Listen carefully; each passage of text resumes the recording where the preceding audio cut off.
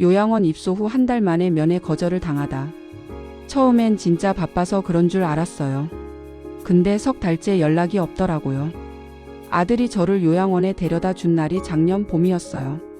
엄마 여기가 시설도 좋고 프로그램도 많대요. 엄마 혼자 계시는 것보다 나을 거래요.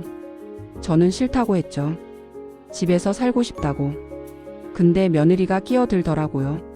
어머님 저희도 맞벌이라 케어 못 해드려요. 여기서 전문적으로 관리받으시는 게 좋아요. 결국 떠밀리듯 들어왔어요. 아들이 그러더라고요. 엄마 주말마다 면회 올게요. 걱정하지 마세요. 처음 일주일은 정말 매일같이 울었어요. 첫 주말이 됐어요. 아침부터 화장도 하고 옷도 골라 입었어요. 아들 오면 좋은 모습 보여드려야 하니까.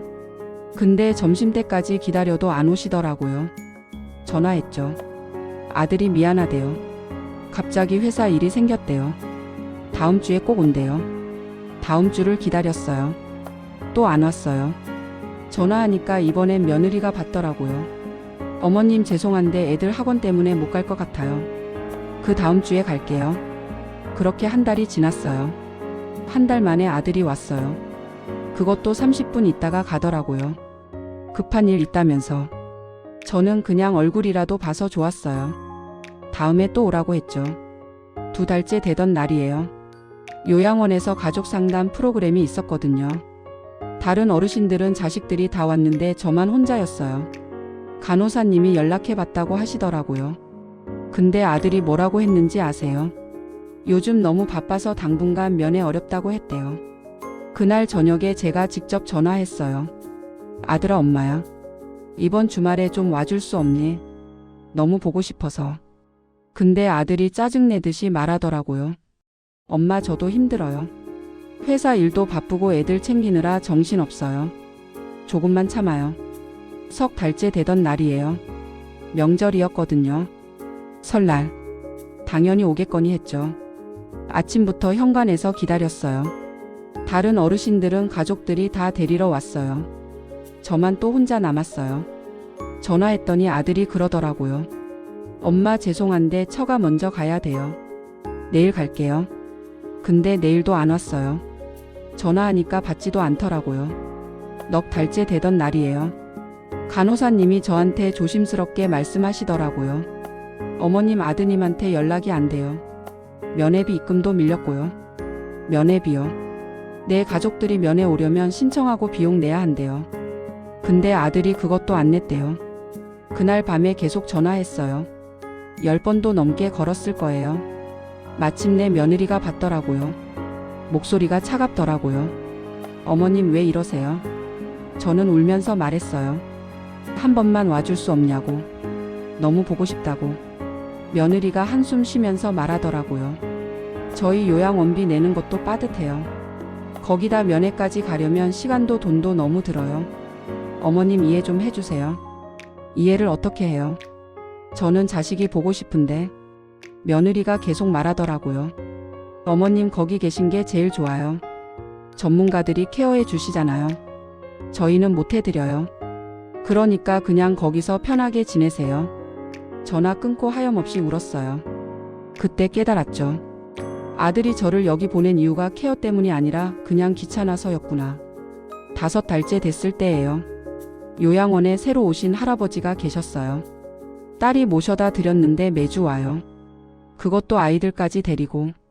부러웠어요. 어느 날 그 할아버지 딸분한테 물어봤어요. 어떻게 매주 오세요? 바쁘시잖아요. 그분이 웃으면서 말씀하시더라고요.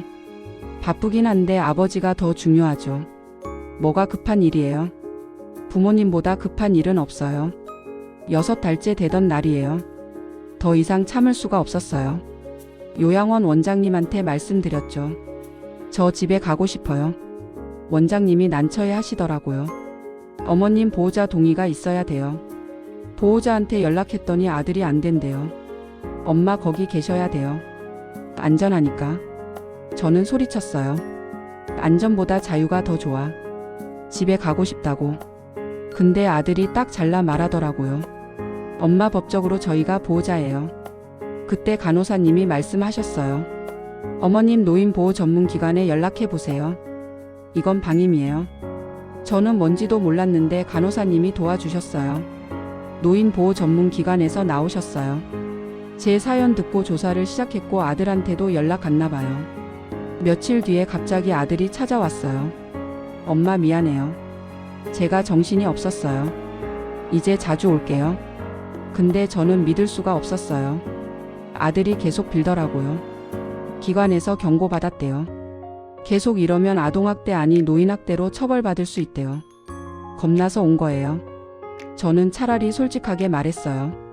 아들아 엄마 집에 보내줘. 혼자 살게. 아들이 안 된대요. 위험하대요. 그래서 제가 말했죠. 그럼 매주 한 번씩 와. 약속해. 못 지키면 엄마 법적으로 대응할 거야. 아들이 놀라더라고요. 엄마가 무슨 법적 대응을 해요. 저는 말했어요. 노인학대로 고소할 수 있대. 방임도 학대래. 아들 얼굴이 하얗게 질리더라고요. 결국 아들이 약속했어요. 매주 온다고. 한 달에 한 번은 외출도 시켜준대요. 저는 그것도 서면으로 받았어요. 노인보호 전문 기관에서 알려주셨거든요. 지금 아들은 정말 매주 와요. 억지로 오는 티가 나긴 하지만 그래도 와요. 며느리도 가끔 따라와요. 손주들도 데리고 오고요. 근데 저는 알아요. 아들이 진심으로 저를 생각해서 오는 게 아니란 걸. 그래도 괜찮아요. 안 오는 것보단 나으니까. 자식이라고 다가 아니에요. 법이 저를 지켜준다는 것도 알았고요.